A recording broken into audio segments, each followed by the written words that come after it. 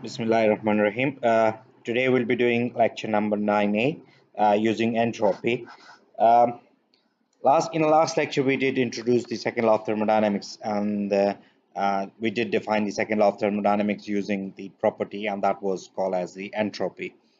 Uh, we did introduce entropy, and we did introduce many statements of the second law of thermodynamics. One of the statements was the Calvin statement, and that was the Calvin statement about the heat engine. And it say like it was impossible to extract heat from the high temperature reservoir, reject into low temperature reservoir with sorry, it is impossible to extract heat from the high temperature reservoir, directly convert into work done without rejecting into low temperature reservoir. So it was impossible to run a heat engine without a low temperature reservoir. Or in other term, what we did say, like it is impossible to extract heat without changing in entropy. So there must be some entropy change in a system. So that means like if the sink is provided and we have to extract heat from the high temperature reservoir and we have to reject that heat into a low temperature reservoir. So there must be some efficiency changes, or in other words, the heat engine will not work in 100% efficiency. So there is a limitation on a work done that can be supplied by the heat engine, which is working under the second law of thermodynamics. So the second law of thermodynamics concerns the maximum work that can be derived from the heat engine operating in a cycle. To illustrate this example, or to illustrate this idea, we would be introducing one of the simple cycle, and that is the Carnot cycle. So in Carnot cycle, we have got the high temperature reservoir, we have got the low temperature reservoir, and we have got a heat engine which is working between these two reservoirs. Make sure that the high temperature reservoir is quite a huge reservoir, and low temperature reservoir is quite a huge reservoir as well. That means like if I'm extracting heat H from the high temperature reservoir TH, then there is no change in the temperature of the high temperature reservoir. Or if I'm rejecting heat to a low temperature reservoir, so there is no temperature change in the low temperature reservoir. That means like the hugeness, or what we can say, like the reservoir is so huge that if we are extracting heat, so there is no difference in the temperature of that reservoir. Or if I'm rejecting heat to the reservoir, there is no temperature difference, or there is no temperature rise in the reservoir. You can assume like if I'm rejecting heat into a big, let's say, if I say a sea, or if I'm saying like a river. So if you are rejecting heat through that one, so there would be very likely that the temperature of that river will rise. So that means like the temperature of that river will remain constant. Or even if I'm saying like if you are extracting heat from the sun, so that means like the temperature of the sun is not decreasing. So that means like the reservoir, when the reservoir is so big enough and you are extracting heat from that reservoir, so the temperature of the reservoir will remain constant. So that we did say, we are saying like the temperature of the reservoir will remain constant because the reservoir are big enough. So the heat engine operate between two heat reservoir, exchanging the heat QH with a high temperature reservoir TH and QL with a low temperature reservoir TL. The entropy change of the high temperature reservoir would be delta H, delta S for the high temperature would be QH by TH, where QH is less than 0. That means like QH is decreasing. So if you are extracting heat, so that means like it is actually decreasing. The heat is decreasing from the high temperature. Uh, QS is actually equal SL is equal to QL by TL, while QL is increasing. So that means like you are rejecting heat, so the QL would be increasing. So that means like you are extracting heat from the high temperature reservoir and rejecting heat to a low temperature reservoir, while QH is less than 0, decreasing, and QL is greater than 0, increasing. So the same heat engine apply to a system but with opposite sign. Let's say, for example, if I'm putting a heat engine between these two reservoirs, let me say like it is a heat engine and which is actually working between two reservoirs. So that means like the heat engine will be extracting heat from the high temperature reservoir and rejecting heat to the low temperature reservoir. So in other words, the heat which is actually extracted from the high temperature reservoir will be provided to the heat engine over here, let's say, and the heat which is actually rejected to the from the heat engine will be, sorry for that, it is actually QLE, will be actually rejected into a low temperature reservoir. So that means like QH, which is actually extracted from the high temperature reservoir, would be equal to QHE for the heat engine by the, sorry, QH which is rejected by the high temperature reservoir would be accepted by the heat engine, and QL which is actually rejected by the heat engine would be accepted by the low temperature reservoir. So, but yes, what we can say, what we are saying, like the heat which is actually rejected by the high temperature reservoir would be accepted by the heat engine, and the heat which is rejected by the low temperature, sorry, by the heat engine would be accepted by the low temperature reservoir. In other words, what we are saying, like the heat QHE, which is the heat engine accepted by the heat engine, would be actually minus QH actually, and the heat which QLE would be equal to minus QL. So that means like the one of the heat is rejected and the other heat is accepted. One is rejected, another is accepted. So that means like the sign of the heat would be opposite. So QHE would be equal to minus QH and QLE would be equal to minus QL. So now looking at the total entropy change of the system. So we did say like the entropy is the extensive property. Extensive property would mean like the entropy of the total of the system, of the whole system, would be equal to sum of entropy of the subsystem.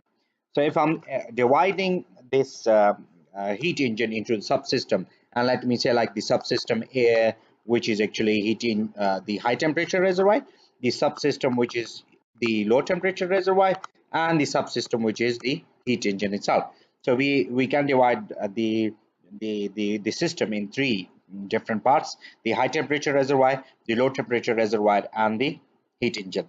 So the total entropy change would be equal to the entropy change in a high temperature reservoir, the entropy change in a low temperature reservoir, and entropy change in a heat engine. So that means like the total entropy change would be equal to this one. Now we are accepting heat from the high temperature reservoir and rejecting heat into a low temperature reservoir. Then again, we are accepting heat from the high temperature reservoir and rejecting heat into a low temperature reservoir. So in that means like our heat engine is working in a cycle. So accepting heat, rejecting heat, then accepting heat, and then rejecting heat. So for a cyclic process, the third phase, which is actually the entropy change of the engine, is zero. That means like for a cyclic process, the total change in a state property is zero. So that means like the third would be equal to zero. So as the heat engine is working in a cycle, accepting and rejecting heat, and then accepting and then rejecting, so that means like it is working in a cycle. So the third term, which is actually entropy change in a heat engine, as it is a state property, So for a cyclic process, the state property, the entropy for a heat engine would be equal to 0. So that means like we will be left with the equation which is would be equal to 0. Make sure the heat engine only is working in a cycle. The reservoir, which is high temperature reservoir and low temperature reservoir, they are not working in a cycle. That means like the high temperature reservoir is only rejecting heat and the low temperature reservoir is only accepting heat. So there is no possibility of the high temperature reservoir accepting heat, and there is no possibility of the low temperature reservoir rejecting heat. So that means like there is the high temperature reservoir and low temperature reservoir, they are not working in a cycle. So the only thing which is working in a cycle is the heat engine. So that means we are left with the equation which is equal to total entropy change would be entropy change in a high temperature reservoir and entropy change in a low temperature reservoir. Putting them two values in this equation, you will be left with this one, which is in total entropy change in a system would be to QH by TH plus QL by TL. Now, going to the heat engine itself, and if you remember, we did derive some equation for the work done in a heat engine, and that was the first law of thermodynamics. So the first law of thermodynamics would be equal to total change in internal energy is equal to the heat transfer minus work done. So the total so heat transfer and minus work done.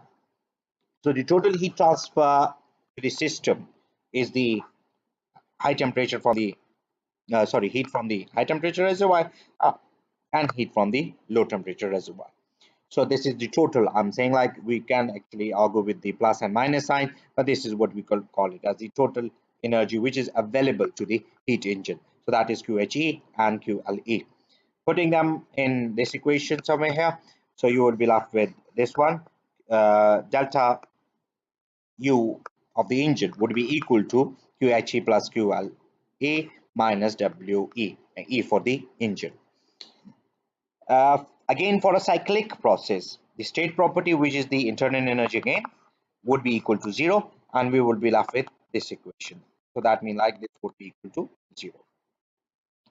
Rearranging, so the work done in the heart of the heat engine is equal to QHE plus QLE. Putting them the heat value, the heat received and heat rejected from the reservoir back. So that means QHE was equal to minus QH and QLE was equal to minus QL. Putting them back, and so that means like the work done of the engine would be equal to minus QH minus QL. That would be something like this. Um, let's rearrange this equation, which is there, the top bit equation for the entropy, total entropy. So that means like just move this one. So that means like for the QLE, so shifting them over here, so just finding the equation, finding the value of QL and putting them in equation. So that would be WE would be equal to minus QH minus TL delta S QH plus QH TL by TH. Rearranging, we will be having something like this. So WE would be equal to something like this. Now putting back the QH by QHE, that means like heat which is received by the heat engine. So we would be having an equation of the work done.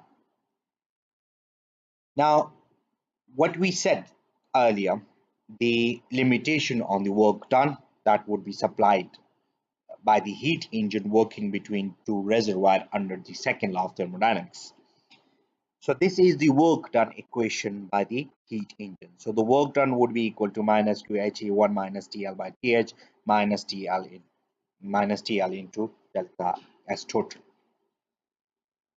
Now, we did in a previous lecture, we did derive something, or we did discuss something, and that was about the reversible and the irreversible processes.